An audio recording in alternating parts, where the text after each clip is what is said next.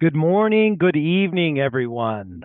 Welcome to our Tech Talk today. I'm Nathan Furr. I'm a professor of strategy at INSEAD based on our Fontainebleau campus, and I will be hosting our session today. One of the things I do at INSEAD is I teach our executive course, Leading AI and Digital Transformation. So I'm very excited to get into this content. This webinar is part of the Tech Talk series by Digital at INSEAD, which is really focused on exploring digital technologies and their applications in management, business, society. You can find out more information about the other talks coming up at the Digital at INSEAD website.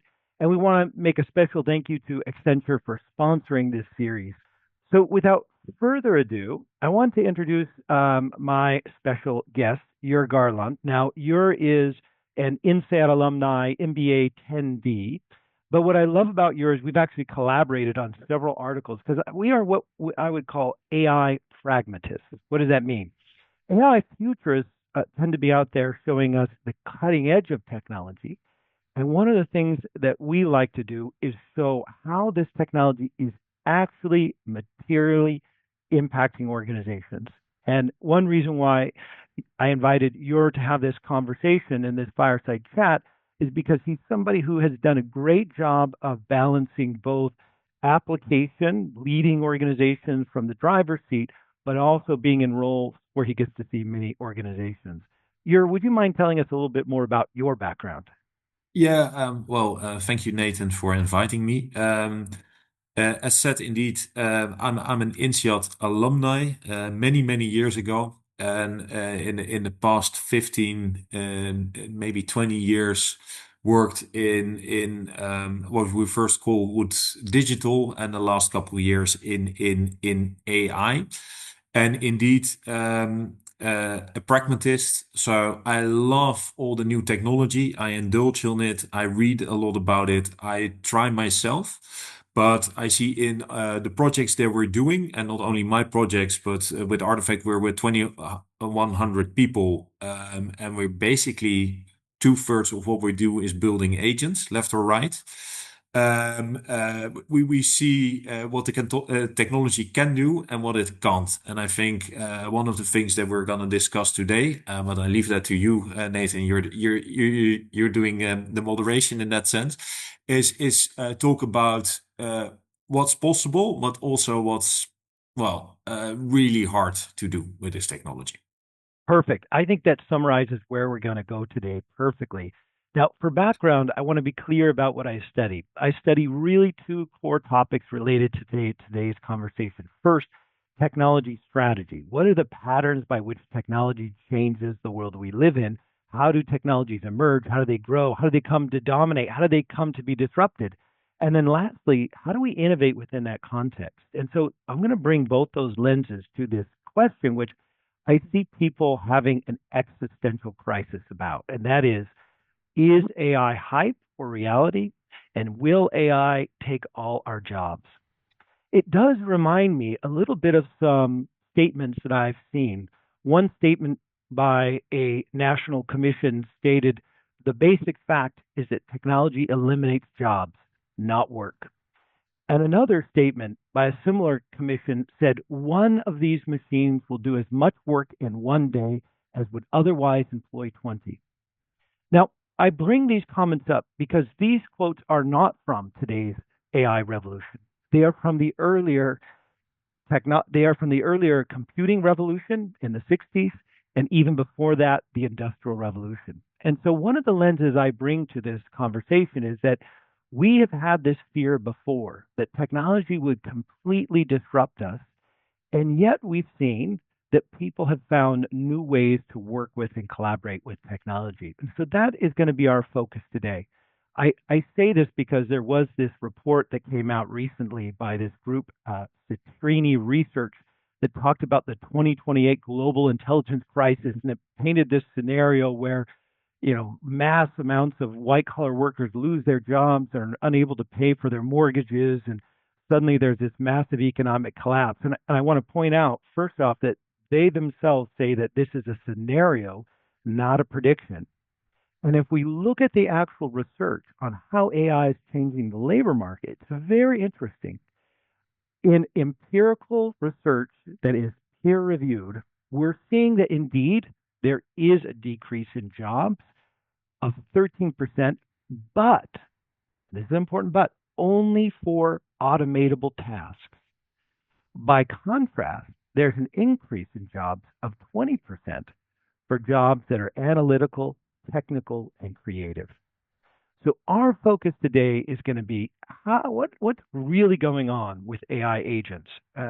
Now, let's dive in. AI agents are often described as these autonomous systems capable of replacing work, whereas, say, AI in the chat GPT or large language model is about search and asking questions. Agentic AI is about completing tasks. Um, as you look out at the field and you see the conversation going on around AI and agentic AI, where do you think like the story we hear about this mass disruption is correct, and where do you feel like maybe it diverges from the reality in most organizations? Okay, we are basically our business is in the business of consulting and building software. Mhm. And I'm not sure about consulting, how much that is disrupted. I know about coding and building software that is massively disrupted. It's one of the industries where the adoption is the highest. And all I can say is that we have more work than ever. And the reason is, I think, very simple. It became the boring groundwork has been slowly eliminated in the past 2.5 years. So software has basically and code has become cheaper. So we're just seeing a lot more demand. And if we look at the fundamentals of the technology, it's this whole Gen AI, the fundamentals are it's a very powerful technology. So we're constantly amazed of what it's capable. But what we notice is that it's also it's not very capable of thinking more than one step ahead. And I think that distinguishes us humans from these bots basically, or from and so what we are currently seeing is that we have our developers went from writing code themselves to orchestrating multiple tools, agents, whatever you call them, to produce more and better code. And so I'm not a doom thinker. I do believe jobs will change, society will change. But heck, that happened, I think, in 1910 when the Model T Ford came out, and I think the biggest problem of New York at that time was horse shit, and that got replaced, and it was like 30,000 jobs around horses, and that got replaced in a couple of years with, I think, 60,000 jobs around cars, right?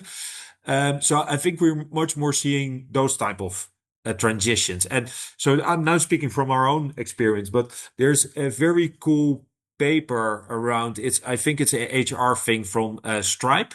So they're in payments, and they're basically trying to lure developers in. So they've explained how they've developed agents to help them code, and they call them minions. And they're now claiming they're at 100% of non-human written code. So it sounds devastating, like we don't need humans. But then when you read the paper and how they do it, and this is really focused on attracting top talent, you just notice that there's a human in the loop in every single occasion, right? Mhm. And so our jobs are changing, definitely. But I'm not so scared about losing the job as long as you move along, basically. Yeah. It makes me think a bit of a conversation I had with Gary Kasparov, who was, of course, the world chess champion, who was famously beat by an early AI system, Deep Blue. And after that, he kind of spent a lot of time obsessively thinking about AI. And when we talk about what's the model of the future. And one model is, say, where, AI does everything and we're out of jobs. But we both agreed that the most likely model of the future is where we are shepherds of Mhm. AI. Just as we are shepherds of our computing technology, just as we are shepherds of industrial or mechanical technologies. And I like to, I was thinking about this the other day, because you have this fear that like, oh my gosh, I can do more work with these tools. I'm going to lose my job. And I would just ask a thought experiment. Who here goes home at night and says, oh my gosh, my to-do list is completely checked off. Everything I could have done today to create value for myself and customers and users, it's all done. I, I don't know anybody who has that life. And so this idea that like augmenting our capacity means there will be no more work. I have a hard time fully believing that. Yeah. Cool. So let's get into it. Let's talk about where AI agents are creating value today. So just so everybody knows, Jur and I wrote an article in Harvard Business Review in which we said that what we're seeing is, again, agentic AI is not just search, is taking actions that you and I might take. And what we're seeing is that these AI agents are challenging to put in a customer facing application because of their tendency to have a hallucination or make a mistake. By contrast, we're seeing a lot more application on internal processes. So, you're, what, has that story changed? And if so, or if so or not, what types of workflows or activities do you think are particularly well suited for agentic AI? Yeah, so no, so I don't think that story has changed. So, as I said before, so we're generally super impressed by what this technology can do. However, we now really start to see the limitations, and the limitations are technology-wise, it can't plan ahead like a human can do.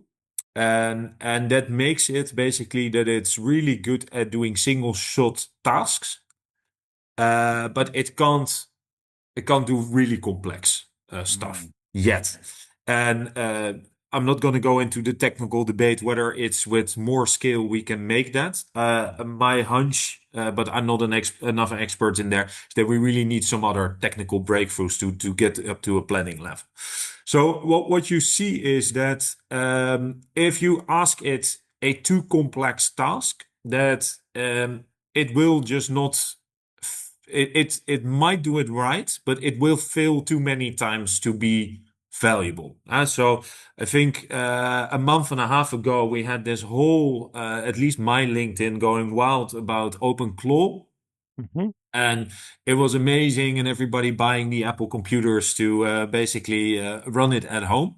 Yeah. And what you would see is like, oh wow, I just asked it to get me sunglasses, and it got me one. And it was like the LinkedIn post. And well, if you then scroll down, people would admit, yeah, it got the wrong ones, or it ordered me 20, etc., etc. So. And this is what we see. So what we've learned is that the technology is amazing, but you should, well, regard it a bit like a toddler. So it needs a lot of guidance. So you always want a human in the loop. And one of the big mistakes that you can make with this technology is to design it to automate stuff Mm. and then call it that if it fails that you have a human in the loop.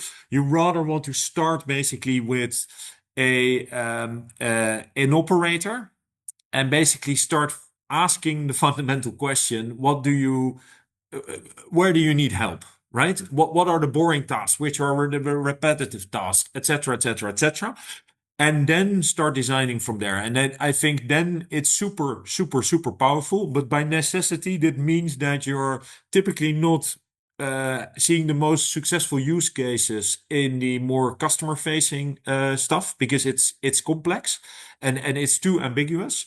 And then we see a lot of back-end implementations. Having said that, there are probably some wild ideas around which are gonna change the way we operate. But I think it's very early days. So when it to compare to internet, when that came up, nobody could have at that stage predicted Amazon, Booking, Netflix type of companies. And the real big benefits came over the years of lots of companies, small companies having their own websites, being on social media, etc., and attracting a local crowd. So we're still in the balance. I think the early stages where we are of this technology, it's really operator focused agentic solutions where we Yeah. see value. Yeah, that makes sense. And I think you and I are both believers that, like the internet, in the long run, we're going to see big impact, Yeah. just not 2028, everybody's out of a job. But Yeah. you said something really important because this is about making AI agents work. And when I Yeah. teach about innovation, I always say that innovation is about solving problems. And when we teach about AI transformation, we're always emphasizing it's about solving problems, customer problems, user problems. And so you said something really important there. You said when you design an AI agent, it's not like from the top down, we're going to like plan how this is going to work. Instead, you go from the bottom up and you talk to the operator and you say, what is, it sounds like you're really diving deep on problem discovery. Would Yeah. that be a good way to describe it? Yeah. So in that sense, I can't see the audience, but I presume most of them have lived through the times where lean was really a thing. And it almost feels like we're reliving that part a bit because it's going back to your processes, back to finding waste and what's added value and what's not, and really fundamentally rethinking the processes. But really taking the operator left, right, and center, and not trying to eliminate that person, basically. Fascinating. Okay, Yeah. so I love how we're talking about this at a Yeah. high level, but could we make it really practical? Could you give us some examples of organization using agents effectively, and maybe even walk us through that piece about how you discovered what the problem Okay, so let me give you a failed case and a successful case. is? Perfect. So the failed case was where we got into a company and they had to process a gazillion contracts. And basically, all the information that they got was unstructured. So it was not like filled out in nice forms, but it was this email, hi, I want to hire this person, blah, blah, blah. Or you would get a contract, a picture of that, maybe even a fax, yeah. And the idea was they should be all similar. So the LLMs can handle this ambiguity. Let's automate. And the reality is that you need like 20 data points to make a proper contract, and that you get the extraction levels at 95% on each of those easily. The next 5% is really, really hard. And you can imagine if you have 95% multiplied by 95% and do that 20 times, you get to actually really low first time right levels. And so technically the solution worked, but operationally, the operator was actually lost in where to check. So operation times, we didn't manage anything basically. Yeah. So the redesign was really okay. What are the 2 or 3 really fields that this operator needs help on? So automate really quickly. And for the rest, basically try to get the data from somewhere else and then assess whether the data was good enough. Have all different agents doing that and then ask the operator into the loop whenever we felt like, hey, this is complex. But because we only extracted at that stage like 5 or 6 fields, and we also put an agent on top showing what we thought were, well, sketchy fields, basically, then we suddenly start to help the operator because 30% would be straight through processing, and of the more complex 70%, the person was actually helped, right? So, and that's where I really learned how to define what does it mean to have a human in the loop. Because it's not a human in the loop to check at the end if it works, but to have a fundamental thinking about how do I help this human. So when we then transpose this concept to a large B2B logistics player, and they were in Fresh, and they're huge. So they have I think they call their warehouse the biggest fridge in the world. It's like 1 kilometer by 2 kilometers, like it's huge, and all fresh produce. Um, what happens is that it all the fresh produce comes in and needs to redistribute to. and things go wrong. So you will lose some produce. And they had people, which they call finders, 60 in total, basically going looking for the wrongly delivered fresh produce because you need to find it before the truck leaves, right? Yeah. Now, what we did, we really discussed with these finders, not with our management, what their issues were and built the solutions around it. And so what we built was a solution that basically would, all these tickets would come in, which people start complaining, would scan them immediately and give their best idea based on their chain of thought. Mm. Now, when we demoed well, when you build a POC and then we put it in production, but at some stage you need to show the board of directors where the money went. Mm. So when we demoed it, it had an 80% hit rate. Mm. So 4 out of 5 would go wrong, right, and one would go wrong. Mm. And where you could see why this worked, it was because it once went wrong during the demo, and this operator was basically starting to defend the software and explaining how much gain he got from it. So he was willing to accept this mistake. And he was explaining it like, yeah, it's replacing a colleague, which also makes mistakes, but this one makes less. Now, Mm. and this is where you see basically when you really put the operator left side, right and center. Well, and you also see something which is much more important in the agent is like proper adoption in your organization. Mm. So yeah, I think I hope it answers your question, but this is where you really need to get into the nitty details of what does the operator do basically. Yeah, I love that. And I want to underscore a couple elements here. Yeah. One thing you and I have talked about is this concept that there's this tension between management and the people who do the work. Yeah. And management has like a vague sense, but the people who are in the process know where the rubber meets the road. Can you say a word about that? Yeah, this is funny, right? This is the tension between the workflow and management, and not exaggerating. What we find is if you talk to an operator, he doesn't see the trees through the wood, basically, but he does know or she knows where things go wrong. Mm-hmm. And I think one of the traits you need to have as management is to synthesize and basically focus on the more important stuff.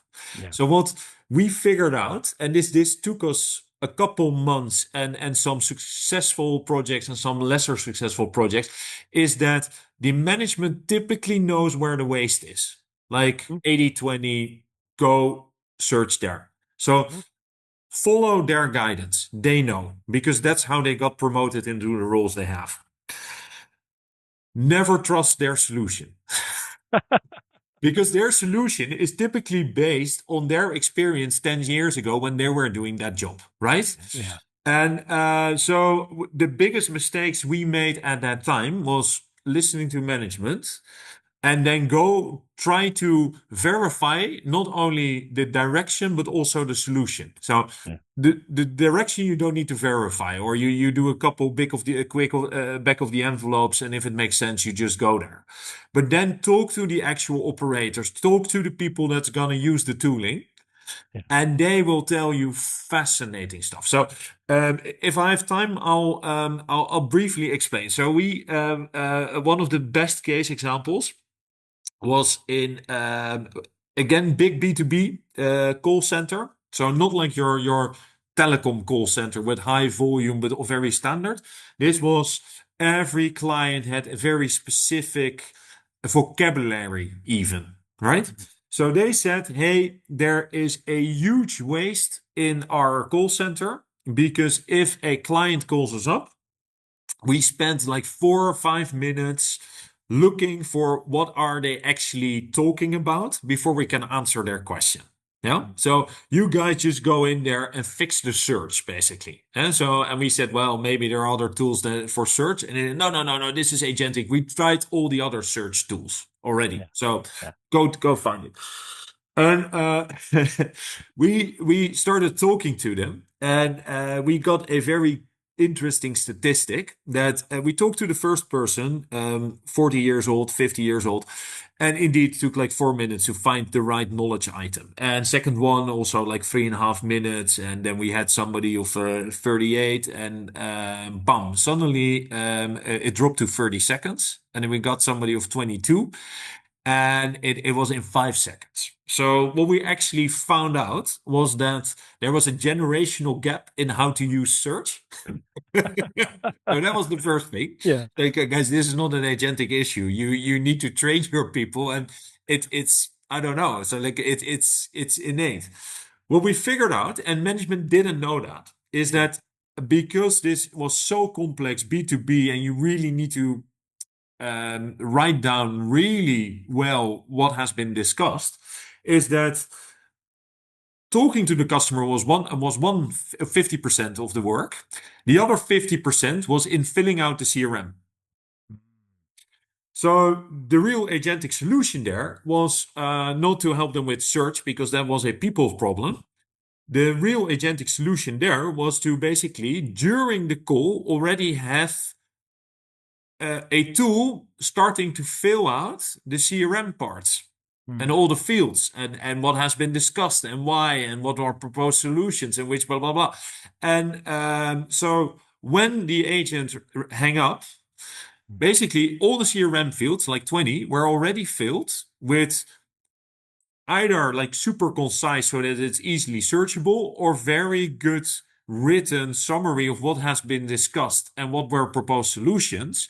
So the operator only had to say yes, yes, yes, no, edit, yes, yes, yes. And that saved an immense amount of time and also increased the data quality immensely, because you can imagine if it's busy, you just don't do the CRM, right? You do it quickly so that you don't get your manager on you. Hey, you haven't filled out the fields, but there's no check on the quality of the fields. Yeah. I think that's such a great example here. And it reminds me of I'm writing a case study right now about a really interesting company. They're actually based in Bahrain. They're called Yeah, Beyond. And they're one of the few companies I've seen that's managed to make the leap from like a traditional company. They are a telco, but yeah, they're a small telco in a small island nation, right? To become really an AI driven organization. And yeah, it's one of those rare stories. And their CEO says it very clearly. I always put the AI close to the problems, to the customers, to the revenue. And I think you've highlighted that brilliantly with that example of yeah. like, you've got to be on the ground, really understanding the problem to use it well. So, Yes. love that. Yeah. And by the way, Yeah. so to get back to the early part of is AI gonna take your job? Yeah. So what I read, so I'm a consultant. I read that consultancy is gonna be replaced by AI because AI can make McKinsey-like decks. Until it can really problem solve, I'm not so worried. I think actually my life will be much better. Well, not mine. I'm hardly making slides, but all of the juniors, the slide making is going to be over in one or in a couple of months, right? Yeah. That's a good point. And actually, one I'm working on an article right now with a collaborator of mine who's chief digital officer at Mars, and what we're talking about is the importance of original judgment, Yeah. that you don't just outsource all your thinking and decision making to digital systems, but that many times the foundations of like competitive advantage are laid through like deep observation, deep insight, and even counterintuitive, and that's why I love your example of this, the manager saying, go fix the call center. It's because it's taking so long to search the Yeah. problem. And it's not that at all. It's something completely different. And so Yeah. that deep work is really where we kind of unlock the value. But I want to like, this is also hard for many organizations. So Yeah. many companies are experimenting with AI agents, but struggle to scale them. What do you think are the barriers to that? If it's different, maybe we've already covered it with the. No, no, no, no. So, okay. So, this is the hard question, right? So Mhm. the cool thing for us is we're only like 2 years or 3 years into this new technology. Mhm. And people are actually already talking about how do I transform my company? Mhm. I remember talking about digital in 2010, and it was 15 years after the Amazon got big, right? Mhm. So this one is going much faster. So the reality is that everyone is struggling with this, and we see the telltale signs of what winners are doing and what laggards are doing, Mhm. but it's not conclusive. But let me try to, in very broad brushes, basically Mhm. tell you what I see. So I see a couple of phases, and maybe let's start with phase zero. That's where nothing happens, and this is where you see a lot of individuals within the company Mhm. going and start to experiment. So Mhm. you see people getting their own licenses on tools, writing their own prompts, and making their own prompt library, sometimes even building small agents to answer questions or create reports, etc., etc., etc. Mhm. And it feels like if you're in management, it feels like shit, I need to do something. You have a lot of people telling you, oh, this is great and we should do blah, blah, blah, but there's no strategy behind. Mhm. IT is probably freaking out because everybody's getting these licenses left and right, and nobody knows where the data is going, basically. Mhm. And if you're not breaching anything. Mhm. And the reality is that even the most successful projects typically don't have an impact on the P&L scale, right? Mhm. And then people, then companies want to they want to do something about it. And what we see that the most successful companies so far have done is one is just start training people, and this is both on the personal productivity. So you have all these trainings, for example, in Copilot, or how to use ChatGPT, or how to build a power prompt, how to build my own agent, etc., etc. Um, this is cool. I think Mhm. what the winners do is also recognizing where the value is. So, and the value is truly in agentic AI at this moment. Mhm. So it's how to have multiple LLMs in an agentic system do the repetitive tasks that you don't want people to do, basically, and you want to have them think. And also train people in how that works, and what are the boundaries of these technologies. And the only reason why you do that is to basically lay the foundation that everybody has kind of the common discussion around it, or the common language. Mhm. And then what you typically see the successful companies do is then set up a center of excellence, or sometimes it's more hip to call it a lab. So we will go with that. Mhm. And basically choose a couple cool use cases and actually indulge. And one of the things that the winners do is they insource the capability. Mhm. Yeah. So this is not something like I get an agency and them build my website, like we did early on with e-commerce. This is you can get an agency on board, but your focus should be to at least have a part of the core capability in house. So what you see the winners do is doing that, typically teaming up with whoever to accelerate and build the experience of how to build this and Mhm. how to govern this at scale within the organization. And what is this about? So how should I think about the tech stack up? So which cloud am I going to use? How am I going to orchestrate this? Where's my model library? Blah blah blah blah. Like all decisions to make. But more importantly, is also like getting the lean thinking in there. So trying to understand how to dissect processes, and where's real value and where's perceived value, and basically build a couple of the use cases and get everyone enthusiastic. Now, Mhm.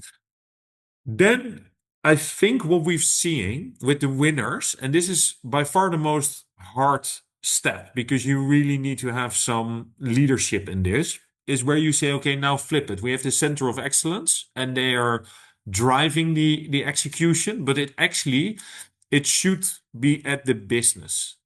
Mhm. Yeah. So let's have all business domains define basically where can agentic help me out. Mhm. And then basically have them make their own roadmap and then go back to the center of excellence where typically you have all the capabilities starting to build up, but they have limited capacity. So what are you going to prioritize? But have the center of excellence doing that, but really have it driven by the business. And what you see there, also a sidestep. What we also learned is that all these agentic solutions, if well thought out, they have actually quite good business cases in terms of return. So Hmm. they typically pay them back within a year if you do them well. Hmm. But they're also always much smaller than you would like them to be. Yeah, Yeah. So interesting. you need to do a lot of them. Yeah. And so maybe that's why the winners, they are building the capabilities, they're building the capabilities in house. Hmm. And at some stage, they try to transfer the responsibility to the business, but they're educated and they've seen the examples in Hmm. basically getting this flywheel going of not building one agent and then being, hey, look at me in my annual report, but Yeah. actually building a multitude of these agents and having an effect on the P&L. Mm. So I think those are a bit of the stages that we see the winners go through. What we haven't seen, but I think it's just too early days, we haven't seen the dissolvement of the center of excellence at any of our clients, at least. Yeah. But that's probably because there's just so much to do still that it's not fully ingrained into the organizations. Yeah, very interesting. And it makes me think of a second question, which you kind of started to touch on, which is like which capabilities or data foundations need to be in place first. And the reason why I thought of that is when you hinted at Yeah. the payback is often much smaller than you wanted it to be. And that relates to some of these limitations that I was hinting at, that we've got these kind of IT architectural limitations in most Yeah. organizations. We've got capability limitations. What would you say are like the kind of capabilities or data foundations that like need to be in place first versus maybe ideally you would love to have, Yeah, okay. So anyone who's done something with tooling Mhm. knows that getting the tooling is easy or developing it. The integration is hard, right? And this is where things slow down, and especially with agentic, because you're trying. So the best use cases are typically between domains. Mhm. So you typically have to handle multiple roadmaps, right? You have the roadmap of HR, you have the roadmap of finance, and they need to find somewhere in between, and there are always different priorities. Mhm. So what we've learned the hard way is that what you would like to avoid at all cost is that you go point-to-point integrations with core systems. Ah, And you rather want to go on the data lakehouse itself, on the data layers. Yeah. This is obviously never really the case. yeah, yeah. But what you want to avoid as much as possible is integrating with legacy systems Yeah. because none of them have, most of them have proper APIs. Everybody talks MCP, but the reality is it's hardly there. Mhm. And so it's actually really classical software in that sense. Mhm. And it also is, I think, if you don't try to build on your data lake, you are basically not setting yourself up for the future. Because what we've seen steadily over the years, if you look for the past 30 years, we are coming from mainframes, Mhm. going to personal computers, going to SaaS, Mhm. and basically it's going from a monolith software to locally run software to even more software modules running in the cloud. And I believe that the agents, because of their limitations, they will be rather smaller pockets of software in that Mhm. sense than larger pockets. So people say SaaS is dead. I don't think so. It's just going to be more specific and more dedicated in that sense. And you can understand that if you're basically at the top layer going to a multitude of solutions, Mhm. that you get too many connections if you want to connect them all. So you need Yeah. really, really need to integrate with your data, and your data layers will become much, much more important than they already were. Yeah.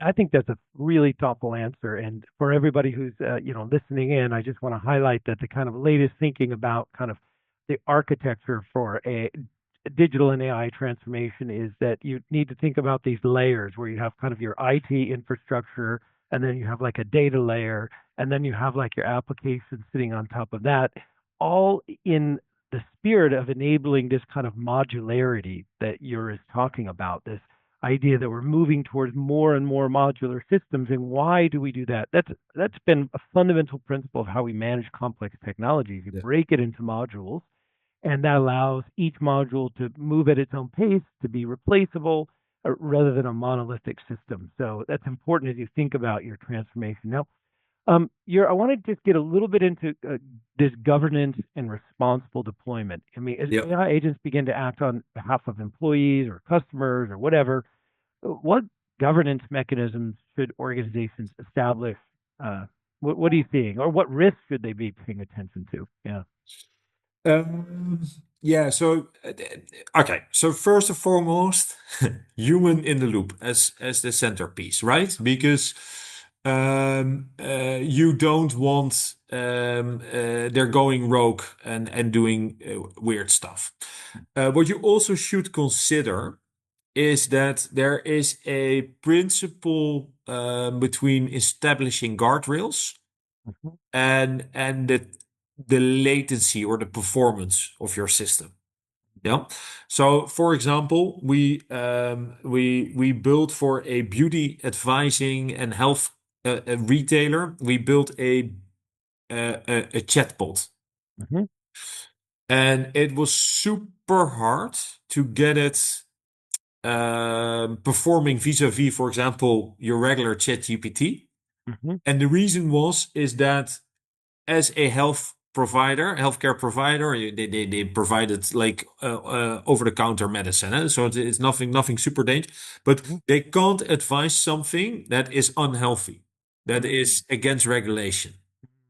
So we had to put in tons of guardrails because we wanted it to answer. You didn't want it to answer, no, I can't tell you this because we Mhm. wanted it to answer like give it the right answer. And what we run into as the biggest complexity was actually the performance. It had a lot of latency to really, really, really think about all the guardrails, etc., etc., etc. Yeah. And this is, I think, the hardest part about guardrails is that it's a constant balance between performance and safety. Mhm. So you need to think about this at a LLM level at some stage, but Mhm. also at a system level. Mhm. And at a system level, what you're trying to do is basically is make sure that the system itself won't hallucinate in that sense or say something that it shouldn't. Mhm. So, and this is where the human in the loop comes. And but you can also augment the human in the loop. So you can have the agentic system do something and another agent having it checking it. Mhm. And then if there's a deviation from the guardrails, you might have another agent even try to fix it. Mhm. But at some point, this stops, and then you need to go to a human, and you need to think about all these layers that it will reduce the performance or at least increase the latency of the system. Mhm. So it's a constant balance where you go, basically. Yeah. And again, I referred in the beginning about the HR article of Stripe. Yeah. But OpenAI also recently released an entire article on how they were doing 100% coding by AI through their codex. And the interesting thing is that they, by definition, in the way they designed it, they let something a code run, and if Yeah. it's and then check by a human. If it wasn't quite all right, they would basically not would work on the guardrails and try Mhm. to install other guardrails, blah blah blah blah. but they would never go more than 2 loops and then go to a human. Mm. So, um, talking about guardrails, I think these are the trade-offs that you need to think about, and really fundamentally think about it from a system level. Mhm. Yeah, so it's really about architecture in that sense. Yeah, that's so interesting. I love that, and it gives us a good sense of like how to balance between the performance and the risks. Yeah. So we're getting closer to the end of our time, so I want Yep. to take some questions. But before we do, I just want to say if you look ahead 2 to 3 years, where do you expect AI agents to deliver the most meaningful business impact? Are there industries or functions that you will think will be reshaped by agentic AI first, and why? Boom. Okay, so to be honest, I do have an opinion, but Hmm. I think what you if you look at the graphs on where AI has changed the most, it's typically in the more administrative. It's in the functions where all the information is on paper and it's Yeah. not in a 3D world. So that's why coding is doing so well. Mhm. I assume that in finance, so in the finance department, we will see a lot of stuff happening. Yeah. I think we will see in the admin part where everything is 2D. Yeah. That's where a lot of stuff will happen. Hmm. And but I am very positive about the technology. So we see use cases in almost every single function. As long as um, it's a process which is repetitive. It has kind of a standard sequence, but it varies. Hmm. And as long as the decisions are small judgments and not big judgments. So I hardly see any company doing their strategy review fully by AI. Yeah. That's great. Good answer. And I'm actually we're both aligned on that perspective. So why don't I dive then into questions? I'm going to focus on the ones that have gotten a lot of votes, and Yep. I can see there is a lot of hunger for the practical examples that you've given. So thank you so Yep. much. But Yep. as you think about the practical examples, one of the questions that's rising up is kind of which organization units are involved. So is it one unit or many units? Because you've got a process happening, but then you've got IT and anything about which tools you're seeing being used. I mean, the tools are constantly evolving, so I know it's kind of hard to nail it down. But just any Okay. another example, which organization units involved, and if you can say anything about the tools. Yeah. So maybe organization always hard to. So what you typically need is people, so developers who Hmm. understand, are a bit data scientist type, so they Yeah. understand ambiguity. Sorry, I'm really bad at pronouncing that word, but Yeah. so for example, you want people. Okay, so let me give another example of Yeah. a call center. Hmm. Very funny one, but then you see what you need. So everybody said half a year ago, call centers are the first to really be gone Yeah. because it's all the same. Well, Yeah. the reality, what we're figuring out, it's not. So again, going back to a large B2B call center with a lot of business slang, like you really need to be in the business to understand it. Yeah. Yeah. So one of them is that, just to give an example, people would say something COA, which was an abbreviation for something. Yeah. Okay. Yeah. So what you a regular model would Yeah. transcribe this as cola Yeah. from Coca-Cola. Coca-Cola, Yeah. right? Yeah. So you get completely bullshit transcriptions. Yeah. So when they asked us to help us on this, Mhm. we actually had to use quite advanced models and we ended up with a list of 150 typically used phrases which we had to install into the system to make sure it wasn't coming up with gibberish and we Yeah. actually could do something with it, Mhm. right? Mhm. So yeah, there's um, Sorry, I'm always getting so enthusiastic. What was Yeah. exactly your question? It was just about which organizational units are Yeah. involved, which tools. Yeah. Yeah.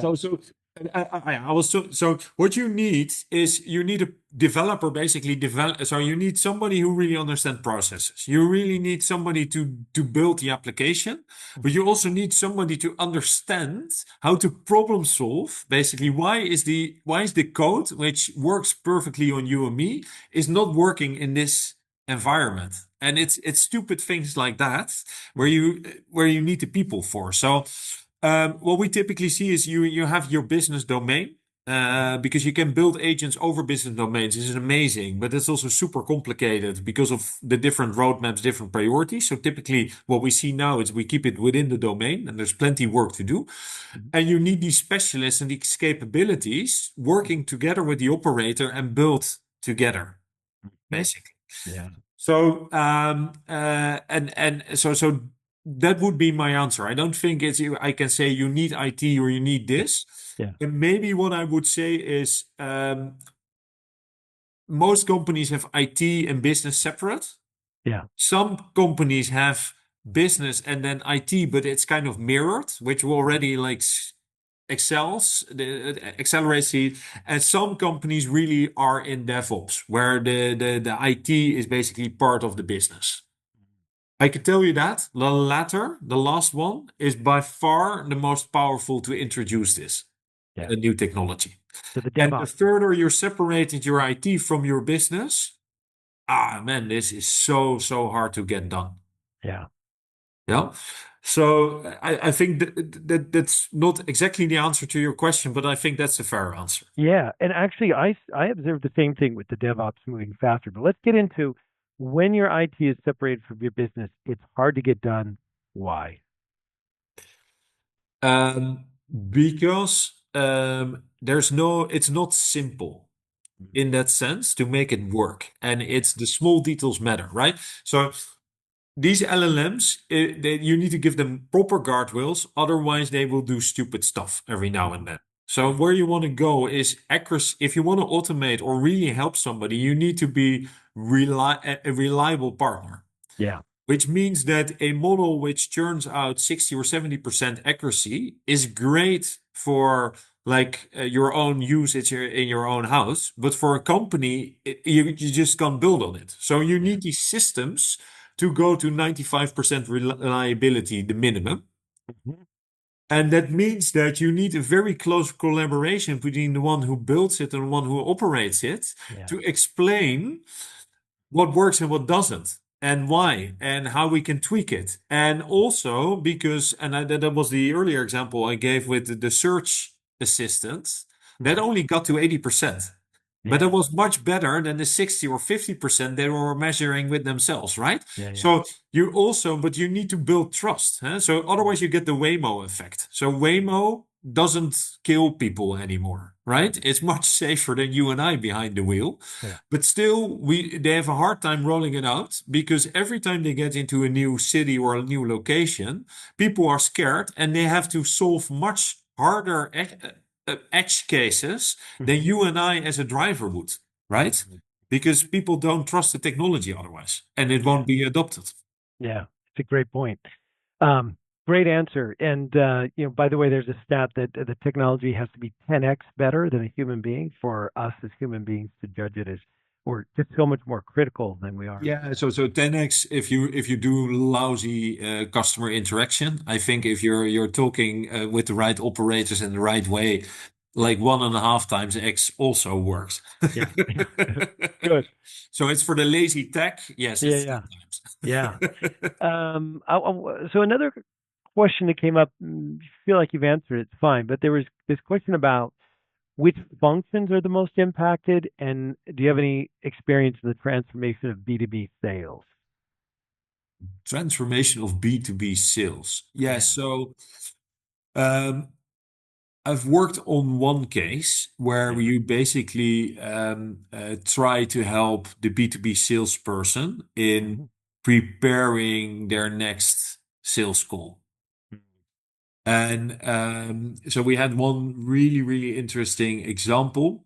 It's I need to dig because it's in a year and a half Mhm. ago.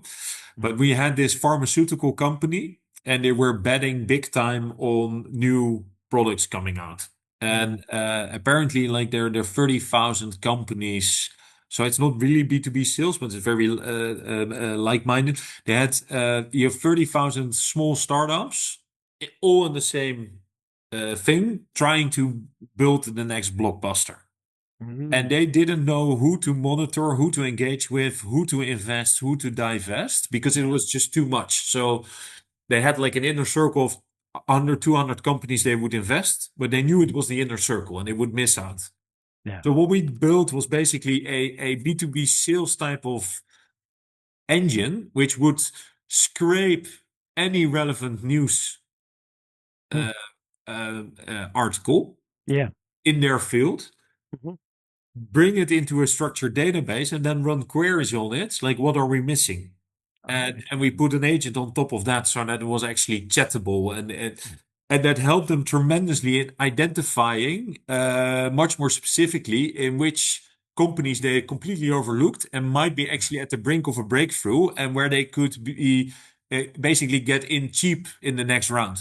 yeah. Fascinating. And we've piloted this also on a in a B2B sales environment. That's how I come to it in Hmm. a office furniture company. Hmm. And the interesting thing was it was roughly twice as good as their own people. But they just grew so fast so that it was for them easier to basically hire new salespeople than have a full team developing this technology, and this was lacking there. So they didn't have sufficient capacity. So we built it. A couple people used it. So, Yeah. but these are the type of B2B sales examples that we have. Oh, interesting. So interesting. Okay, one last quick question. Bruno asked this question. He said he has a feeling that successful AI projects are those that have experienced operators in a vertical and they can put in place a relevant agentic AI with the right governance and security that allows it to scale. Are we heading back into an era of specialization rather than generalization? Because it's very hard to move the agents across verticals. No, I think the low-hanging fruit is in the business domains. The big breakthroughs are probably cross-domain, Yeah. but they're big undertakings. Yeah. So I think we once wrote an article about an agent in a telco, Uh-huh. and the challenge was not to build the agent. The challenge was to get on the 15 different roadmaps. Uh, yeah. So that's why we typically why if you're at a starter, try to contain it a bit and stay in your domain. But eventually, that was a very successful business-wise and P&L-wise, a very successful use case. But it was actually a collection of a gazillion smaller use cases, slowly going cross-domain. So I don't think, to be quite frank, I would actually say the reverse, because we are going more into another level of conceptualization with these agents, being able to cross boundaries and to cross think. Mm. So the generalist type of is probably going to be more important. Okay.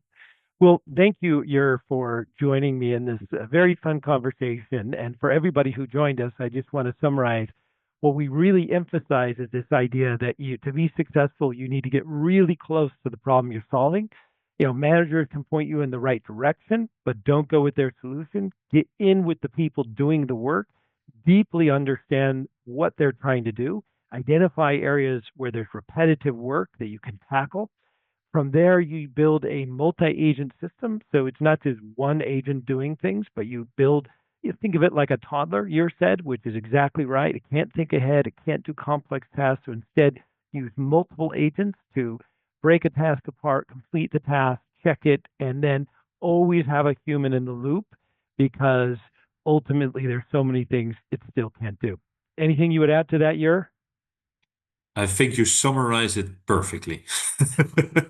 Thank you, everyone, for joining us for this Tech Talk, and we look forward to hosting you at another Tech Talk in the future. Thank you, Yer. Thank you. Bye bye. Bye bye.